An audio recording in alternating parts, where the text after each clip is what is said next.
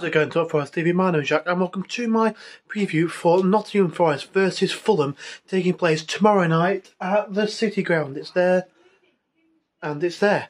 But yeah, really looking forward to Forest being back. Obviously the last game, it's not one that we want to talk about. As soon as that full-time whistle went, unfortunately I wasn't at the game. I was listening to it through the Forest website, and as soon as that full-time whistle went, I just sat there in dead silence for about 10 minutes. I could not believe it. Yeah, I don't want to get too much into it because it will just get me really, really wound up. But we need a massive response from that now. I mean, we've got Fulham at home, another game that you look at and think there's a possibility we get points from it. I mean, at the start of the season, you look at Fulham at home and you think, pardon me, you're thinking that's one where we get 3 points, but they've done really well at the start of the season, Fulham.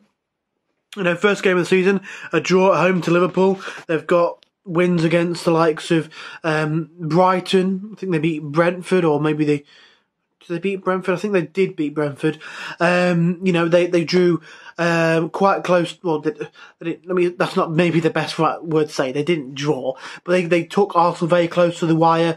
Tottenham, they were very close to in that one. So they're doing really well. And Mitrovic has taken well to the Premier League this season. He's had a lot of chances in the Premier League, you know, under Newcastle and Fulham, where, you know, he's been given an opportunity and he's not quite grasped it. Last time Fulham were in the Premier League, I think he scored, maybe was it 4 or 5, and he scored that, if not more, already this season. So, you know, they're doing really well, Fulham, and I think they've recruited well.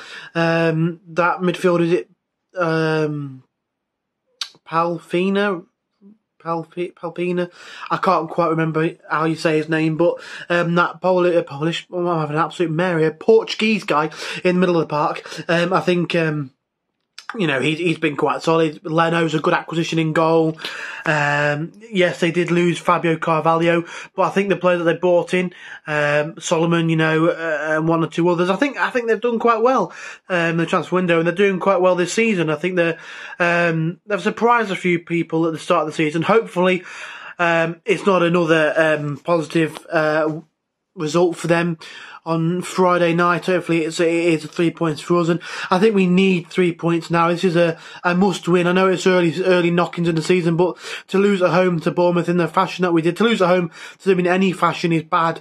You know, they're a team that everyone should be looking to beat, and unfortunately for us, it just completely collapsed in that second 45, and questions were asked, and hopefully in the time that we've had since that game, obviously we would have had leads at the start of this week, but with the side passing of Her Majesty the Queen, that was postponed. You know, I think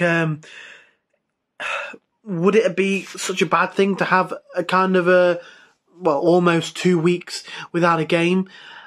I don't know, to be honest with you, because I think you look at it and you think it's either one or two ways. It's given them extra time for it to affect them mentally, and extra time for them to think, oh, you know what, this game is getting bigger and bigger, and it's kind of like, you know, the way things happened in the last game, it adds more pressure, but then it could also, and the way I'm hoping it's going to affect him, because I think under Steve Cooper it's kind of something that it is more likely to be this way, that it makes them more hungry to rectify what happened. The fact that there's been even a bigger gap, they've had more time to reflect on it. This time, though, I think it's going to make them feel more, you know, hungry to put it right, and desperate to make something happen and to get 3 points. And, you know, I see it as a game, Fulham at home, where you see it as one where you're thinking, this is a chance for us to get points on the board of the other team that were newly promoted alongside us in Bournemouth. So, you know, you fancy your chances. Obviously, last time they did come to City Ground, they gave us an absolute slapping, 4-0. But, you know, we went to Craven Cottage towards the back end of the season and got a 1-0 win in that game. So, yeah, I think based on form, you got to look at Fulham as the team that you think you're going to win this one. But I do think back under the lights at the City Ground. It's going to be absolutely rocking. The fans are going to be expectant for a response. The players are going to be wanting to deliver that response. I think we could get a big 3 points and make a statement here, sort of a one of saying we're sorry for what happened. We'll make sure that doesn't happen again, kind of thing, because it was totally unacceptable what happened in that game against Bournemouth. You can't make excuses for it. Nothing makes that result any ounce acceptable. We were 2-0 up at the break. To lose it at 2-0 at the break makes it even worse. But we've got to make sure that we're taking our chances, we're having chances, and we're just really stamping our authority. I think the team selection's an important one. We've tried Brennan and Gibbs White up front together. I don't think it really quite gives us just what we need. That kind of physicality up front, maybe. I think 2 players who are quite technical and quite quick up front together, not a bad thing. We've seen it work before. But I just think that you need someone like Taiwo Awoniyi to start. I know there's been a lot of people on Twitter, well, maybe not a lot of people, but there's been some people on Twitter who have shown their kind of doubts towards him. They think he's a finished player already. But I think you've got to start someone like that up front, someone who's a bit of a foundation to build upon. And I don't mean that by sending long balls and hoofing it up to him, but I think just in moments where you've been a bit under pressure, to have an out ball where you've got someone who can sort of hold the ball and draw other players into the game, or maybe, sort of like you saw with Keenan Davis, shrug off a defender and move the ball forward himself. I think you need someone a bit more physical, a bit more kind of someone to aim for, I guess, when you're moving forward with the ball. Someone who's going to cause a bit of problems and not be afraid to get stuck in. You've got the likes of Johnson and Gibbs White, who didn't really have particularly bad games in those last 2 matches when they did play alongside each other up front. I think, or did they play 3 games up front together? I think they played 3 games. I think it was Spurs they played up front together. You've got City, and then you've got obviously Bournemouth. In that City game, there was never really going to get much of a sniff, so you can't really count that one. But I think you've got to give a 1-year chance up front with one or the other. I think you probably go Johnson and then have potentially Gibbs White in behind or Lingard in behind. I think you probably go with Lingard. I think you need someone with a little bit more experience currently, just to steady the ship a little bit. I know Gibbs White is Cooper's man and someone that he really trusts, and I think someone who will come good, don't get me wrong. I don't think he's been particularly bad, but I don't think he's quite given the effect that maybe Cooper hoped when he came in. But I think you go Lingard in behind just because he's got a bit more experience and he just, can maybe help us out that little bit more. The 2 midfielders, I'm not sure on sort of injury kind of readiness, but if we can play Mangala in there, that'll be huge. I think he's someone that we've definitely missed in the past couple of games.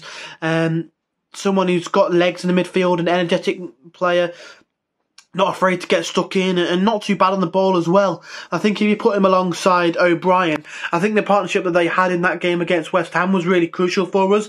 I remember Match of the Day doing a bit of a piece on it, so I think if we can get both of them in the midfield, they have sort of an understanding, which is quite weird to say, given the fact that they've probably only really played 1 or 2 games together. They have kind of an understanding of one goes, one sits, one moves, one stays kind of thing, and I think they can build quite a good partnership in the middle of the park. So if Mangala is fit, then I would go with him in that position. The back 5, Renan Lodi at left back or left wing back, Nico Williams at right wing back. I think those 2 haven't really been that bad. You can't really put too much blame at their feet. I think they've been pretty decent. The 3 centre backs for me, it's hard because I love Joe Wall so much. Somewhere it's over there. I've got a Joe Wall signed picture and that. He is my one of my favourite players at the club, but he's just not been great of late.